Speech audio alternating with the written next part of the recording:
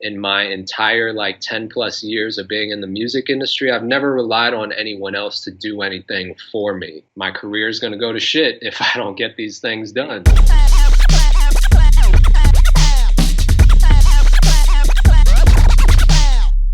You had a production deal with Funk Volume. What kinds of responsibilities and restrictions, if any, did that label situation have for you? There weren't really any restrictions. I mean, I was still free to do whatever I wanted. For me, the bigger opportunity was just being able to learn from that situation, learn how an indie label operates and learn how they make money, how do they interact with their fans, and how do they operate on a day-to-day as a business. That was the most exciting prospect to me. And just being able to be a part of a team that is dope, a team of talented artists and other producers, and I was just excited about being a part of that. I think that was the biggest lesson that I learned, is like how a business like that operates. And I learned a lot of that stuff. And after Funk Volume fell apart, I applied it to my own career. I think that helped me a lot. Let's be honest, we're in similar situations. We've produced some big records, but we've never produced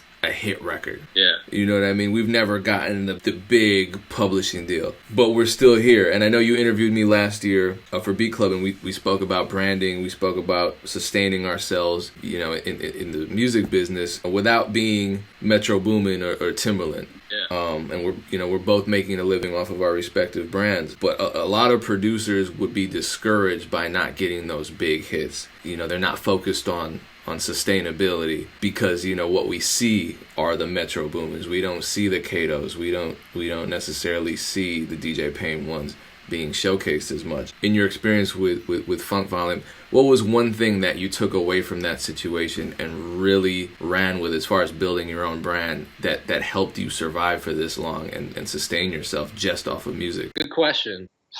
Funk Volume really opened my eyes, man, to a totally different world of how to do this music shit independently, you know?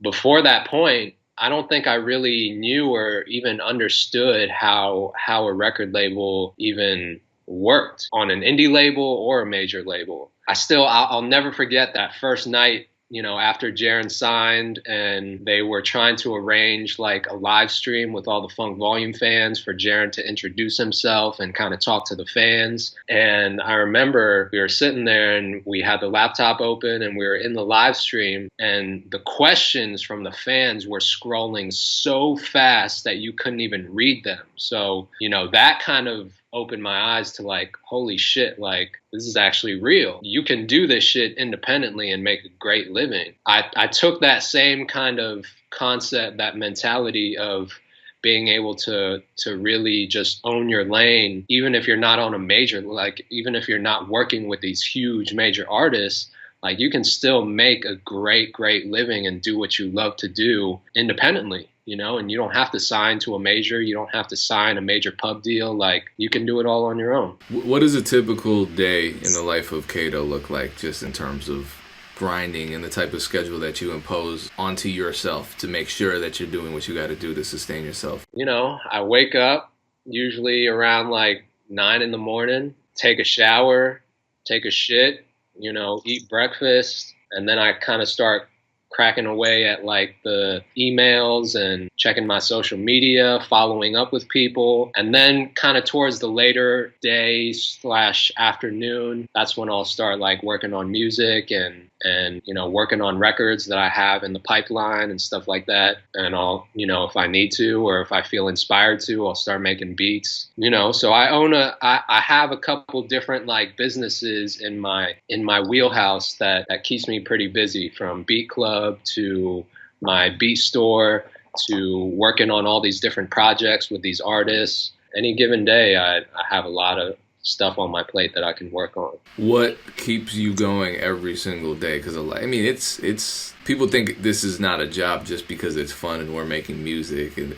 you know, I deal with that a lot. Just people misunderstandings when they're looking in from the outside. What keeps your nose to the grind as far as doing stuff? You know, checking email, that's not cool. That's not sexy. Making music, making beats, playing shows, touring, that's the part that's glamorous.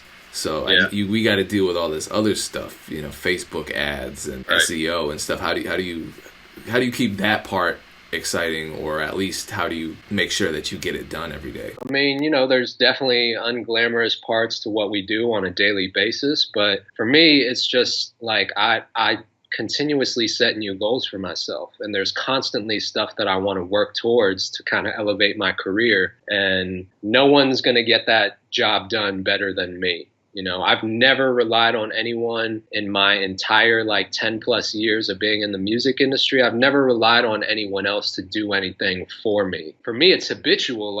I wake up in the morning knowing that if I don't get these things done, then it's not going to get done. And my career is going to go to shit if I don't get these things done. So at the end of the day, I'm just self-driven. I'm self-motivated. And I think that's the definition of a good entrepreneur.